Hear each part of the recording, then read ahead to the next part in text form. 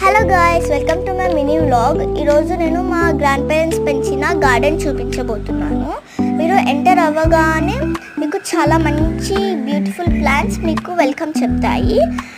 And తర్వాత ఇది మొత్తం కూర్చోవడానికి చాలా మంచి డెస్టినేషన్ అనమాట. అండ్ ఆల్సో ఫ్యామిలీ టైం గడపడానికి కూడా చాలా మంచి డెస్టినేషన్. అండ్ ఆల్సో ఎంతో రేర్గా దొరికే చెట్లు మా గ్రాండ్ పేరెంట్స్ చాలా ఇష్టంతో ప్రేమగా పెంచారు.